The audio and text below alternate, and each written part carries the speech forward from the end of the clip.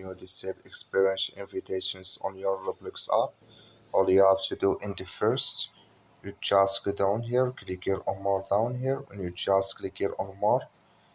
So then it's going to take you to this list. It's going to show for you like this. Then you just scrolling down here until you will find here settings. Click on it. When you click on settings, it's going to show for you like this here. So then you click here on notifications. Then it's going to take you to, when you click here on notifications, it's going to take you to this list.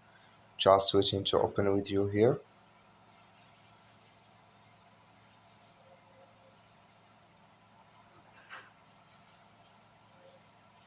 It's going to show for you like this here. So then you just click here on mobile push notifications. So then it's going to show for you like this here. Just scrolling down here.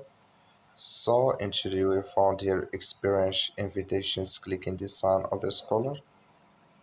So like you see here color, it's gone. That's mean experience invitations disabled with us now. That's all you have to do. Thank you for watching. Don't forget to support us by liking